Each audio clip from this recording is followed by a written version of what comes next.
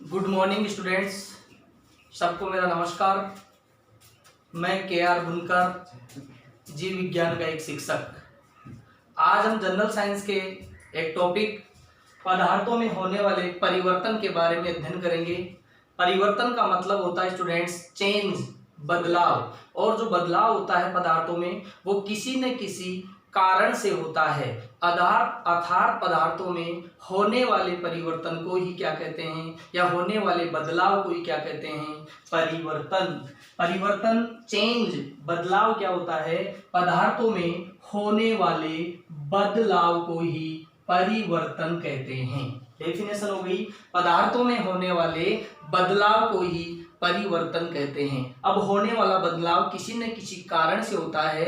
अब दो कारणों से पदार्थों में बदलाव होते हैं, एक तो भौतिक कारण से और एक रासायनिक कारण से। तो पदार्थों में होने वाले बदलाव कितने प्रकार के हो गए, दो प्रकार के, एक भौतिक परिवर्तन और एक कौन सा परिवर्तन, रासायनिक परिवर्तन। भौतिक परिवर्तन है इसको फिजिकल चेंज कहते हैं और रासायनिक परिवर्तन को केमिकल चेंज कहते हैं। भौतिक परिवर्तन और रासायनिक परिवर्तन के दो प्रकार हो गए। बदलाव कितने प्रकार से, दो प्रकार से। तो पहला है भौतिक परिवर्तन। पहले मैं आपको डेफिनेशन बता देता हूं कि भौतिक परिवर्तन किसे कहते हैं। पदार्थों में होने वाला वह परिवर्तन जिसके कारण पदार्थ के केवल भौतिक गुणों में अर्थात उसके बाहरी गुणों में परिवर्तन होता है, आंतरिक गुणों में कोई परिवर्तन नहीं होता और न ही कोई नया पदार्थ बनता है। ऐसे परिवर्तन को भौतिक परिवर्तन कहते हैं। तो केमिकल परिवर्तन या रासायनिक परिवर्तन किसे कहते हैं, पदार्थों में होने वाला वह परिवर्तन जिसके कारण पदार्थ के आंतरिक गुणों में परिवर्तन होता है और कोई न कोई नया पदार्थ जरूर बनता है। ऐसे परिवर्तन को क्या कहते हैं, रासायनिक परिवर्तन। अर्थात ये रसायनों के द्वारा होने वाला परिवर्तन है और ये बाहरी गुणों के कारण या प्रकृति के द्वारा होने वाला क्या है, परिवर्तन। यह जो परिवर्तन होता है वो अस्थायी होता है, ये परिवर्तन क्या होता है, स्थायी होता है। तो दोनों में अपन क्या देख लेते हैं, अंतर देख लेते हैं। टॉपिक अगर वीडियो समझ में आए तो लाइक सब्सक्राइब और जरूर करें इसको। भौतिक परिवर्तन है पहला पढ़ेंगे अपन भौतिक परिवर्तन। भौतिक परिवर्तन, इसमें पदार्थ के बाहरी गुणों में परिवर्तन होता है। इसमें पदार्थ के केवल बाहरी गुणों में परिवर्तन होता है। इसमें पदार्थ के केवल बाहरी गुणों में परिवर्तन होता है। अर्थात वह परिवर्तन जिसमें पदार्थ के केवल बाहरी गुणों में परिवर्तन होता है या भौतिक गुणों में परिवर्तन होता है। रासायनिक परिवर्तन में इसमें पदार्थ के आंतरिक गुणों में परिवर्तन होता है। कौन से गुणों में परिवर्तन होता है, आंतरिक गुणों में परिवर्तन। और वो परिवर्तन पदार्थ के केवल बाहरी गुणों में परिवर्तन होता है, आंतरिक गुणों में परिवर्तन। जब इसमें पदार्थ के केवल बाहरी गुणों में परिवर्तन होता है और उसमें पदार्थ के आंतरिक गुणों में परिवर्तन होता है, कोई नया पदार्थ नहीं बनता है ना। इसके अंदर भौतिक परिवर्तन में कोई नया पदार्थ नहीं बनता है। कोई भी नया पदार्थ क्या होगा, इसमें नहीं बनेगा। कोई भी नया पदार्थ नहीं बनता है और इसमें नया पदार्थ बनता है, जरूर कोई न कोई नया पदार्थ क्या होगा भाई, इसमें बनेगा, नया पदार्थ बनता है। इसमें नया पदार्थ बनता है, इसमें कोई नया पदार्थ नहीं बनता। तीसरा, यह परिवर्तन क्या होता है, ये अस्थायी होता है। ये जो परिवर्तन होता है वो क्या होता है, अस्थायी होता है। यह परिवर्तन अस्थायी होता है। और तीसरा, यह जो परिवर्तन होता है वो क्या होता है, स्थायी होता है। यह परिवर्तन स्थायी होता है। अर्थात इसमें क्या होता है, पदार्थ के ऊपर परिवर्तन का कारण हटाने पर पदार्थ पूर्व अवस्था में लौट आता है। परिवर्तन का कारण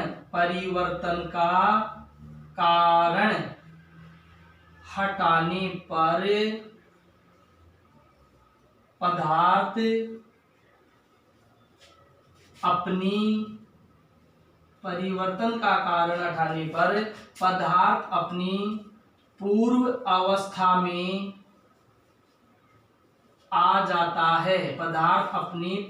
अवस्था में आ जाता है। ये तो परिवर्तन का कारण हटाने पर पदार्थ अपनी पूर्व अवस्था में आ जाता है, और इसमें पदार्थ पूर्व अवस्था में नहीं आता है।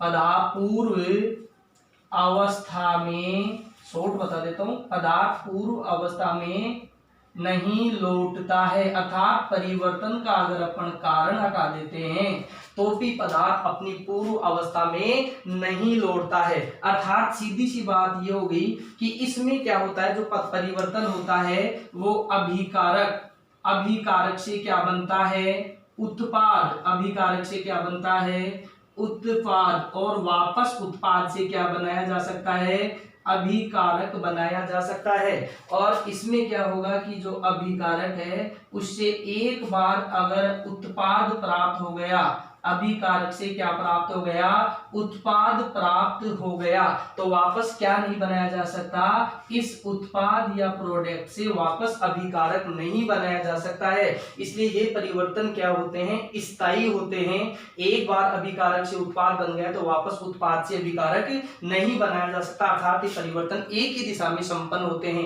एक ही दिशा में चलने वाले परिवर्तन को कौन सा परिवर्तन बोलते हैं, अनुत्क्रमणीय परिवर्तन। और ये परिवर्तन कौन सा होता है, उत्क्रमणीय। अभिकारक से उत्पाद और उत्पाद से वापस क्या बनाया जा सकता है, अभिकारक बनाया जा सकता है। समझ में आ गया होगा। इसमें पदार्थ के केवल बाहरी गुणों में अर्थात भौतिक गुणों में परिवर्तन होता है। इसमें पदार्थ के आंतरिक गुणों में अर्थात रासायनिक गुणों में परिवर्तन होता है। इसमें कोई भी नया पदार्थ नहीं बनता है और इसमें कोई न कोई नया पदार्थ जरूर बनता है। ये परिवर्तन अस्थायी होता है, ये परिवर्तन स्थायी होता है।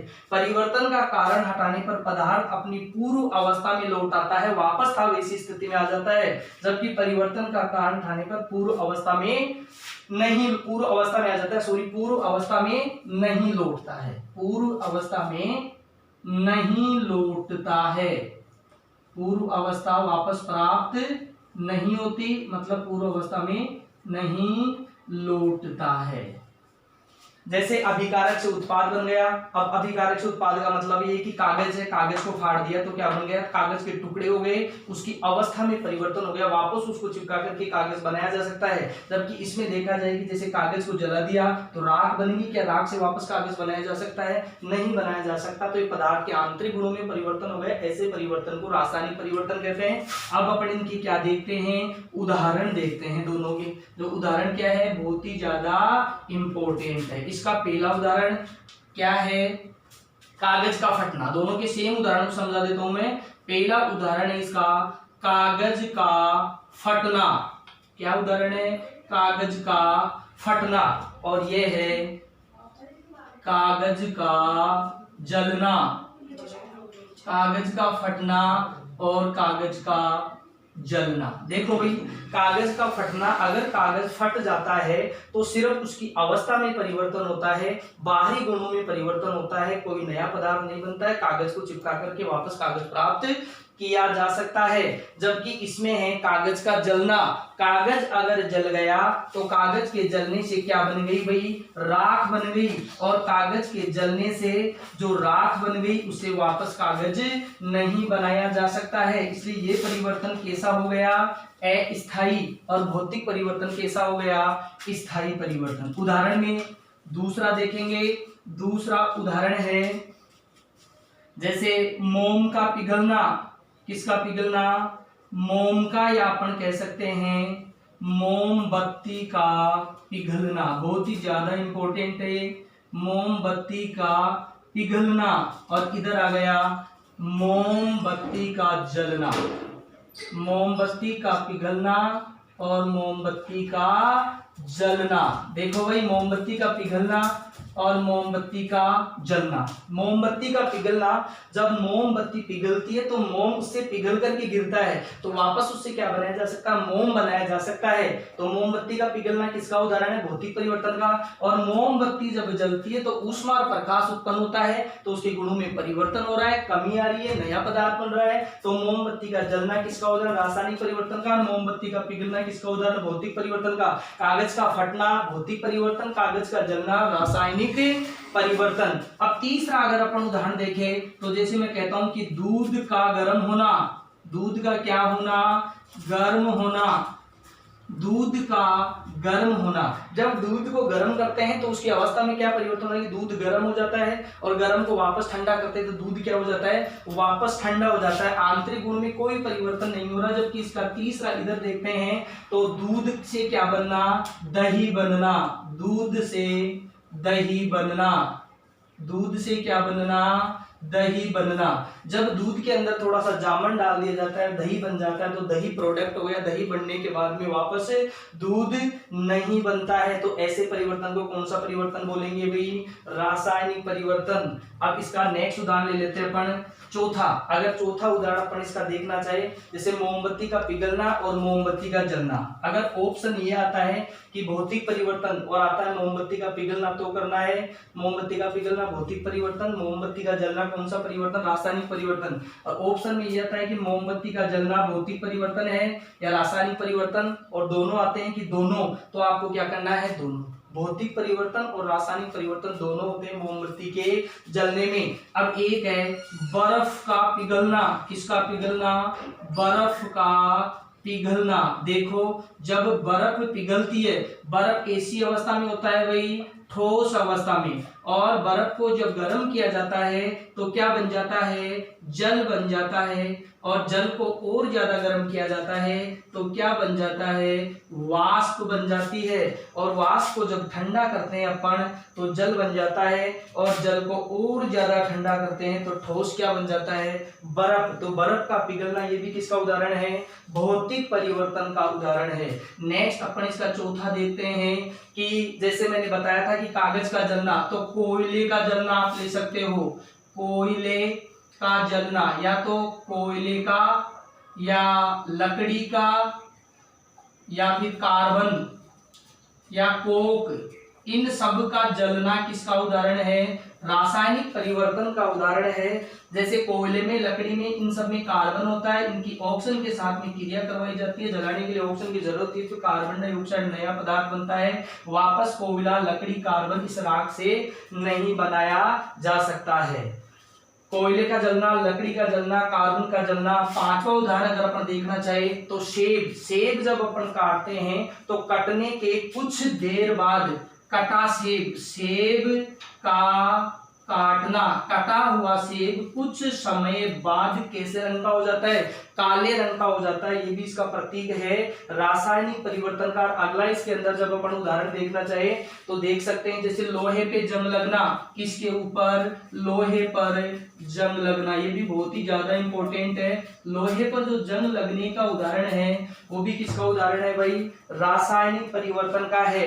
इधर मैं एक बताना चाहूंगा आपको, तो बल्ब का जलना, बल्ब का जलना। बल्ब जब जलता है या बुझता है, बल्ब जब जल रहा है, जब अपन उसको वापस बुझा देते हैं तो बल्ब बंद हो जाता है, और जलाते हैं तो बल्ब क्या हो जाता है, जल जाता है। तो बल्ब का जलना और बल्ब का बुझना किसका परिवर्तन है, भौतिक परिवर्तन का। लेकिन उदाहरण पूछा जाए कि बल्ब का फूटना, बल्ब का फूटना उदाहरण है रासायनिक परिवर्तन का, क्योंकि बल्ब जब फूट गया तो उससे नया बल्ब नहीं बनाया जा सकता है। जबकि बल्ब का जलना और बल्ब का बुझना किसका उदाहरण है, भौतिक परिवर्तन का उदाहरण है।